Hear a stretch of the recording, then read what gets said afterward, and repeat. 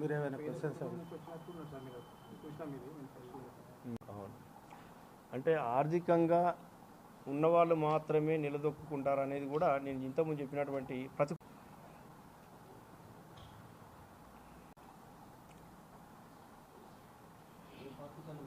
మీకు క్లియర్ అయిందా సార్?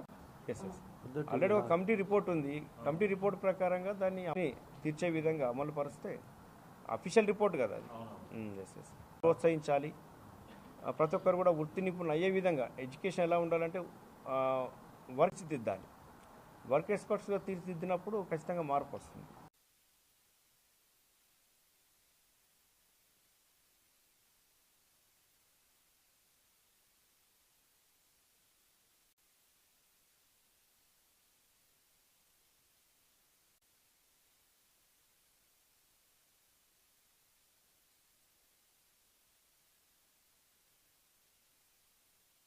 నా పేరు మదనం గంగాధర్. నేను డిఎస్పిగా, అంతకుముందు ఎస్ఐగా, సిఐగా, డిఎస్పిగా 26 సంవత్సరాల పాటు పోలీస్ డిపార్ట్మెంట్లో పనిచేసి అక్టోబర్ 28 తారీఖు నాడు నేను విఆర్ఎస్ తీసుకున్నాను. ఇంకా 12 సంవత్సరాల సర్వీస్ ఉండగానే సీనియర్ ఎస్పీ స్థాయి వరకు వెళ్ళడానికి అవకాశం ఉన్నప్పటికీ,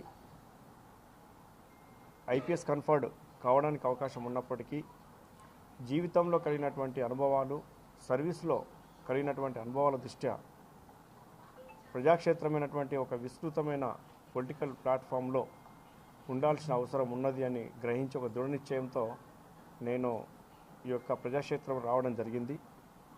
నేను నా జీవితం గురించి చెప్పాలంటే ఒక సంచార జీవిగా, ఆ తర్వాత ఒక బాల కార్మికుడిగా, ఒక న్యూస్ పేపర్ బాయ్గా, ఒక ఎన్సీసీ క్యాడెట్గా, క్రీడాకారుడిగా, ఒక స్టూడెంట్ లీడర్గా, ఉస్మానియా యూనివర్సిటీలో పీజీ చేసిన అలుమిని 1998 బ్యాచ్ చెందిన పీజీ విద్యార్థిగా, అదేవిధంగా 22 సంవత్సరాల వయసులో సబ్ ఇన్స్పెక్టర్గా మొదటి అటెంప్ట్లోనే పోస్టు సంపాదించి అంచెలంచెలుగా ఎస్ఐగాను, సిఐగాను, డిఎస్పీగాను పనిచేసి 200 అవార్డుల వరకు, అందులో చెప్పుకోదగ్గ అవార్డు ముఖ్యమంత్రి సర్వోన్నత పథకం, ఉత్తమ సేవా పథకం, కఠిన సేవా పథకం లాంటివి కూడా తీసుకొని సత్కరించబడ్డాను.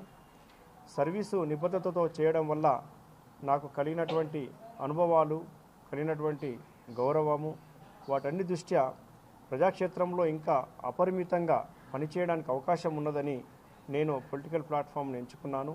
అదే దిశగా ఎలక్టర్స్, ముఖ్యమైనటువంటి పట్టభద్రులైనటువంటి ఎలక్టర్సు, వారంతా మేధావి వర్గానికి చెందినవారు కాబట్టి ఈ పట్టభద్రుల ఎన్నికలలో ఎమ్మెల్సీగా పోటీ చేసి వారి విశ్వాసాన్ని పొంది వారి ఆశీర్వచనాలతో నేను ఖచ్చితంగా గెలుస్తాననే నమ్మకంతో నేను 3 నెలలుగా హార్డ్ వర్క్, గ్రౌండ్ వర్క్, ఏదైతే ఎన్రోల్మెంటు చేశామో అదంతా కూడా విస్తృత స్థాయిలో జరిగింది.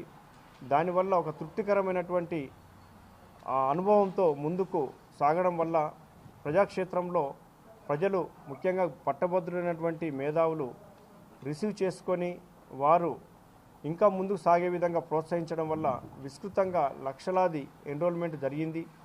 ఆ జరగడం వల్ల చాలామంది ఇప్పటికే సూచనిస్తున్నారు, గంగాధర్ మాదనం అనే వ్యక్తి ఈసారి ఒక వినూత్నమైనటువంటి ప్రయత్నం ద్వారా ముందుకు సాగడం వల్ల ఖచ్చితంగా గెలుస్తున్నాడు అన్న సంకేతం కూడా కలిగింది. ఆ కలిగినటువంటి సంకేతంతో ఇంకా ముందుకు పోవడం వల్ల ఇంకా విస్తృతంగా ప్రజలు స్వీకరిస్తున్నారు, వారు ఇంకా యాక్సెప్ట్ చేస్తున్నారు. అయితే ఈ మధ్యకాలంలో నేను కొన్ని చోట్ల నా యొక్క మేనిఫెస్టోని క్లియర్గా కొన్ని పాయింట్స్ వెల్లడించాను సమూహాలను బట్టి.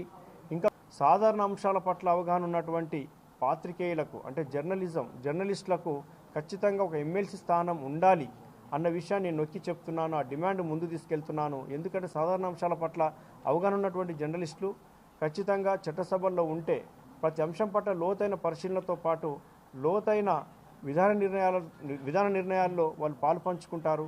తద్వారా సమాజానికి, వ్యవస్థకు ఒక మార్పుతో కూడుకున్నటువంటి తోడు ఉంటుంది, మార్పుతో కూడుకున్నటువంటి చేంజ్ ఉంటుందన్న ఆలోచనతో వారిని ఒక మేనిఫెస్టోలో పెట్టుకోవడం జరిగింది. అదేవిధంగా తెల్లకోటు, నల్లకోటు కాన్స్టిట్యున్సీలు కూడా ఏర్పడాలి.